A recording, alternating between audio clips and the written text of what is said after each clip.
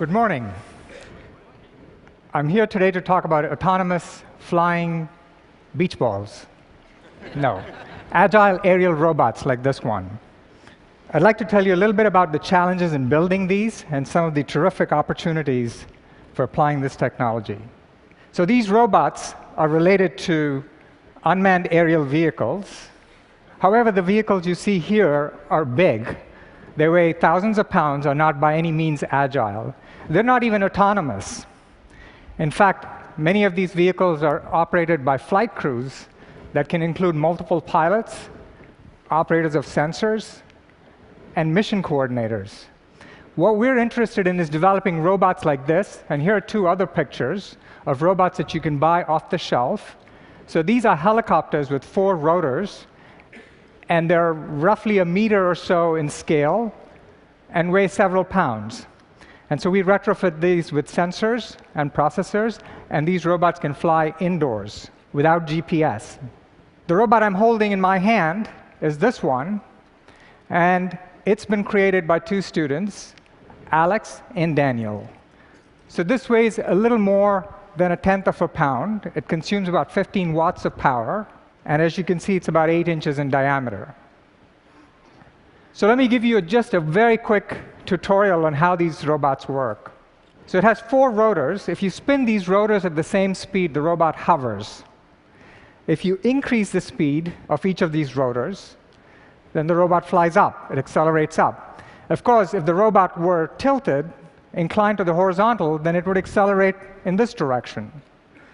So to get it to tilt, there's one of 2 ways of doing it.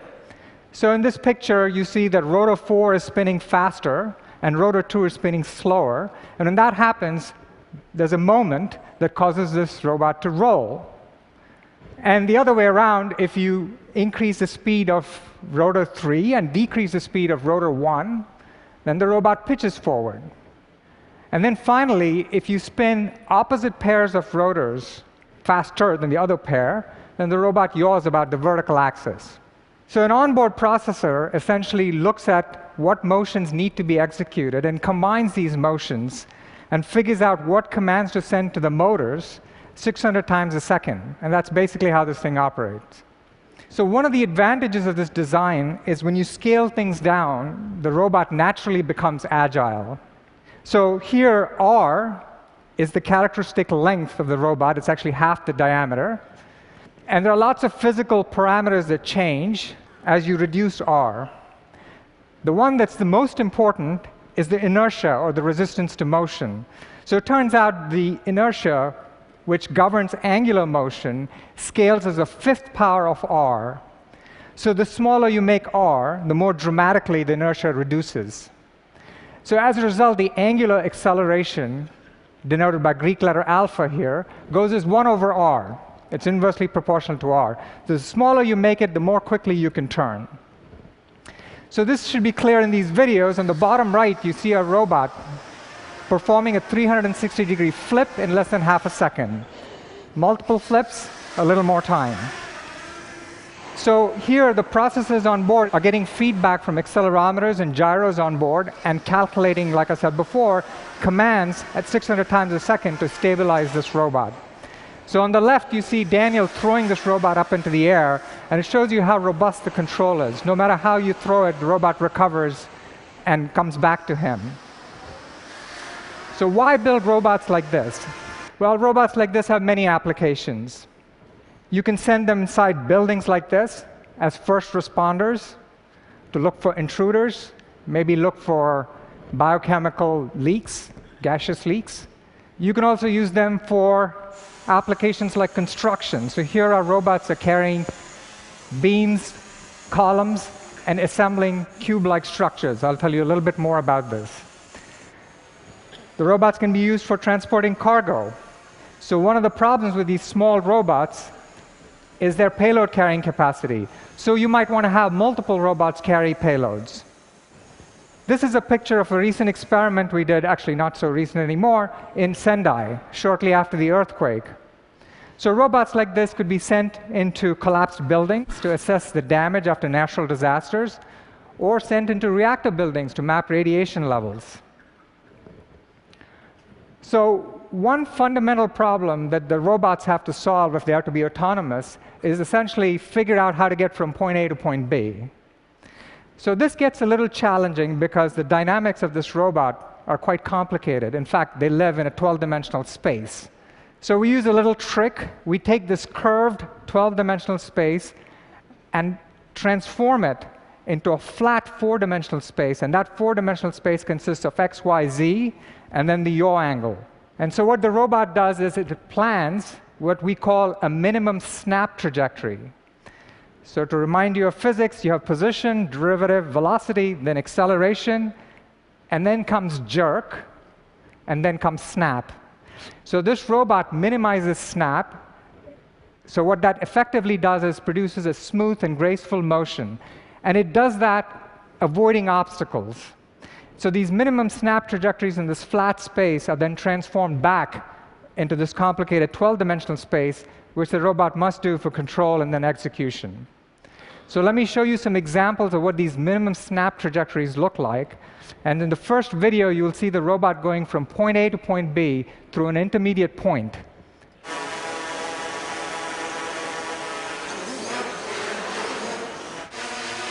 So the robot is obviously capable of executing any curved trajectory. So these are circular trajectories where the robot pulls about 2 Gs.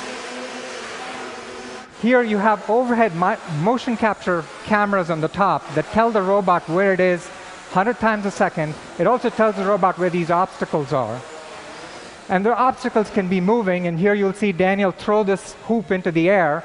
Well, the robot is calculating the position of the hoop and trying to figure out how to best go through the hoop. So as an academic, we're always trained to be able to jump through hoops to raise funding for our labs, and we get our robots to do that.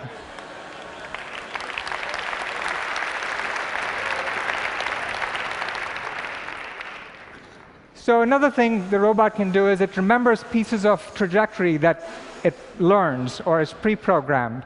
So here you see the robot combining a motion that builds up momentum and then changes its orientation and then recovers. So it has to do this because this gap in the window is only slightly larger than the width of the robot.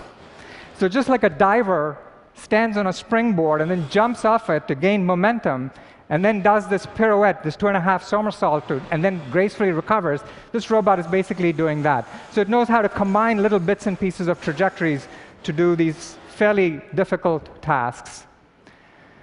So I want to change gears. So one of the disadvantages of these small robots is its size. And I told you earlier that we may want to employ lots and lots of robots to overcome the limitations of size. So one difficulty is how do you coordinate lots of these robots? And so here we look to nature. So I want to show you a clip of Phenogaster desert ants in Professor Stephen Pratt's lab carrying an object. So this is actually a piece of fig. Actually, you take any object coated with fig juice, and the ants will carry them back to the nest. So these ants don't have any central coordinator. They sense their neighbors. There's no explicit communication. But because they sense the neighbors and because they sense the object, they have implicit coordination across the group. So this is the kind of coordination we want our robots to have. So when we have a robot which is surrounded by neighbors, and let's look at robot I and robot J, what we want the robots to do is to monitor the separation between them as they fly in formation. And then you want to make sure that this separation is within acceptable levels. So again, the robots monitor this error and calculate the control commands 100 times a second, which then translates into motor commands 600 times a second. So this also has to be done in a decentralized way. Again, if you have lots and lots of robots, it's impossible to coordinate all this information centrally fast enough in order for the robots to accomplish the task. Plus, the robots have to base their actions only on local information, what they sense from their neighbors. And then finally, we insist that the robots be agnostic to who their neighbors are. So this is what we call anonymity. So what I want to show you next is a video of 20 of these little robots flying in formation. They're monitoring their neighbor's position. They're maintaining formation. The formations can change. They can be planar formations. They can be three-dimensional formations. As you can see here, they collapse from a three-dimensional formation into a planar formation, and to fly through obstacles, they can adapt the formations on the fly. So again, these robots come really close together, as you can see in this figure 8 flight. They come within inches of each other. And despite the aerodynamic interactions with these propeller blades, they're able to maintain stable flight.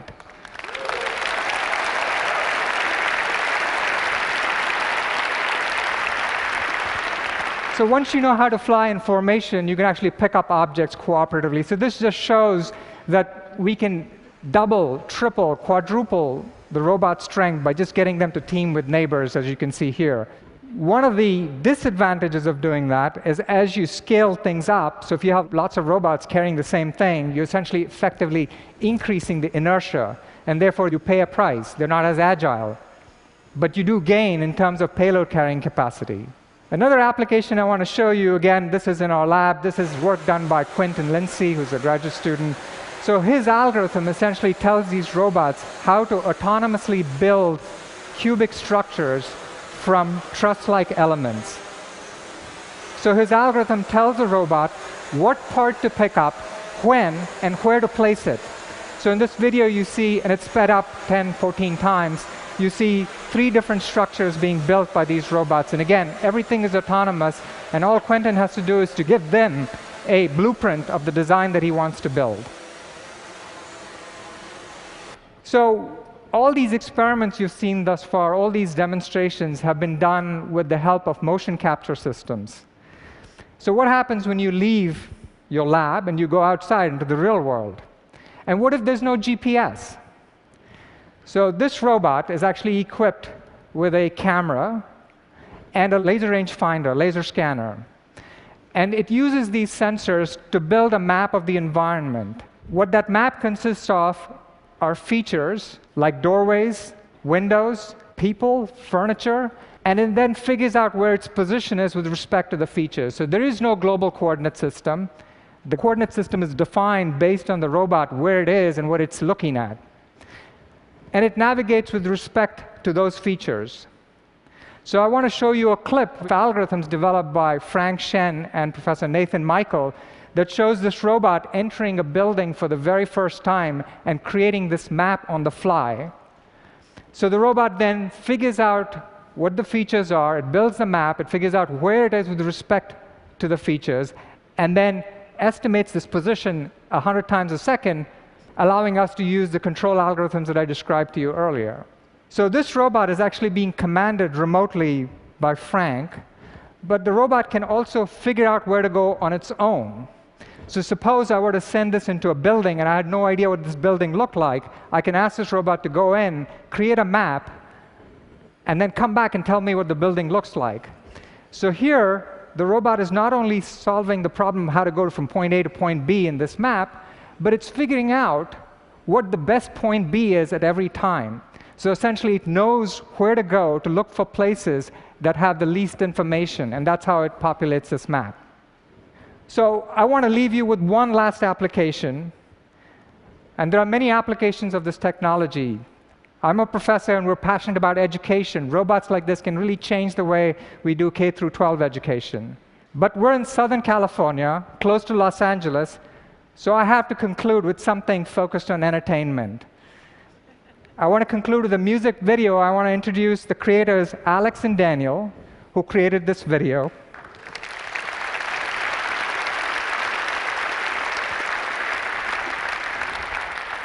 So before I play this video, I want to tell you that they created it in the last 3 days after getting a call from Chris. And the robots that play the video are completely autonomous. You will see 9 robots play 6 different instruments. And of course, it's made exclusively for TED 2012. Let's watch.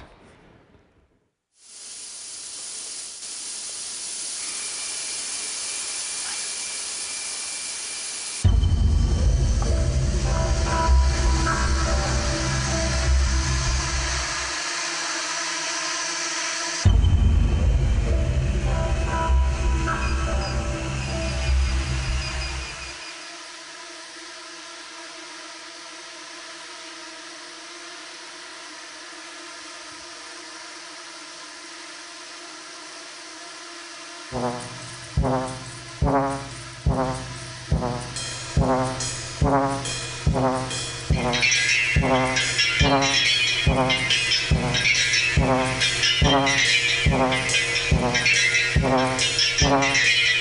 you.